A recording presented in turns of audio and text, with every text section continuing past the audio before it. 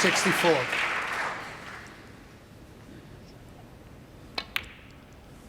65. This man at the table has made 724 century breaks in his career. He's getting ever closer 72. to Stephen Hendry's record. 73. That's around the 760. In fact, I asked Stephen and he can't remember how many he's made. 80. Maybe, is there a gap? I was going to say maybe no century, but there's a gap there. So maybe we will finish with a century. 81.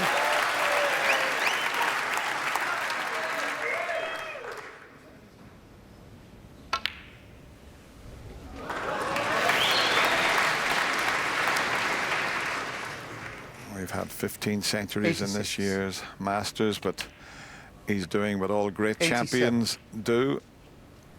He's finishing in style.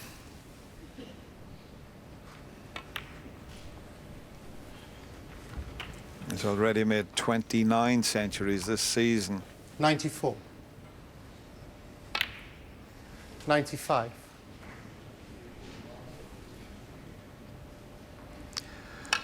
Very well played. 102. 103. He saved his best for the last frame.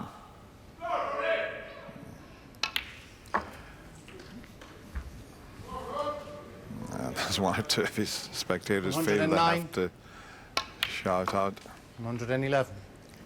And Ronnie Jr., well, he'll be absolutely delighted. He'll want to see his dad pot the lot here. 114. We know that Ronnie feels pretty good. And I bet his son's feeling even 118. better than his dad.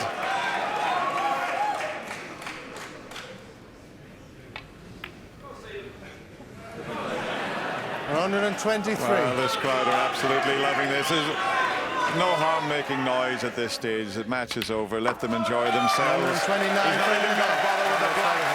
Stephen-Maguire after the first frame wasn't at the races. Ronnie didn't play his best snooker, but I'll tell you what a way to finish. That 129 break gets him into his 10th final here at the Masters. He runs out a comfortable winner in the end, 6 frames to 2. And Ronnie on his way to talk to us and finishing in style, leaving his best to last with that break of 129. Didn't bother with the black in the end. And Ken and Steve, really, we did feel at 3-1 that the contest was beginning to come to an end, even at that stage, Ken. Yeah, as we said, it looked ominous signs for Stephen-Maguire. Got off to a great start, but just couldn't contain it and keep it going. And unfortunately for him, Ronnie didn't play as well as, obviously, that he couldn't play much better than he played against Ricky Wallen, but he was still good enough. And when he gets in amongst the balls, I mean, it's just his cue action is just totally in sync with himself, and he's cueing the ball magnificently, and it's all set up now for a fantastic final tomorrow. It is indeed, and that was here he comes. Congratulations, Ronnie. Well played. That's 10 out of 10. 10 Masters semi-finals, 10 victories. Must feel good. Yeah, I know. Those are the stats. Yeah, I know I do all right here, so yeah, got a good record. You have indeed got a great record, and finishing his style with a century at the end. How good did you feel out there in comparison with that session, in which you had the Midas touch against Ricky yesterday? You know, I mean, the way I played against Ricky, you go through spells in your career where you can find that form quite regular sometimes, you know, and I had a spell, you know, for a couple of years where I was playing like that from 2011 and to last year's World Championships.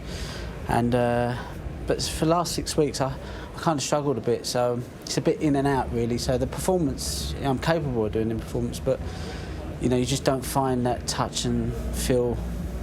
And when it goes, it's kind of sometimes harder to get back than others, and then your consistency levels can be a little bit up and down. But you know, I mean, overall, my mindset towards if it isn't going well is a lot better than it used to be. So I'm prepared to kind of tough it out, a bit like what Mark Selby does, is, you know, just try and get through and live to fight another day. Whereas a lot of times I kind of sitting out there and just think, oh, I want to go home, you know, because it was that bad. And you know, it's not the attitude to have really, but you know, that's how it can get sometimes. Well, you know, you talk about Mark Selby. It's now going to be a third Masters final against the man. It doesn't go to final front. No chance. Well, you christened him the torturer in your book. He is. You know, and I mean that in a complimentary way. You know, like I suppose Cliff Fulban was a bit like that in his day. You know, you just, you know, it's a bit like playing Andy Murray. You know, you're going to have to play a lot of shots. You know, to get in sometimes, and it's about having that patience and mindset. But I think I'm a lot better able to deal with it now since working with Steve Peters than I was before working with Steve Peters, because, you know, like I say, I just get a bit fed up sometimes and just think I want to go home. But I know I don't want to go home, but it's just the, you know, that part of your brain that tells you. Because you know what he's capable of, Ronnie, can you look forward to a match against Mark tomorrow? You have, yeah, of course, yeah. This is the final of the Masters. You know, you've got to enjoy occasions like this, and you know, you've got to beat all types of players. You know, and Mark's, you know, the type of player that he's going to make it tough for me, and he makes it tough for everybody. So it's not like he's playing one game against one player and a different game against me. That's just, you know, he's a tough competitor, and you know, he's made of metal, really. You know, but I've just got to try and find a way and break through and just stay focused and just give it my best and just play every ball the way Mark plays it, really, and just give it 100%. We can hardly wait for it tomorrow, and we're really looking forward to seeing you playing against one another for the third time in this great event. Thanks for popping up. We've got to run, actually, because we're just about to come off the air. Ronnie, thank you very much. And tomorrow we're back on the air with what will be the first session in a best of 19 frames match.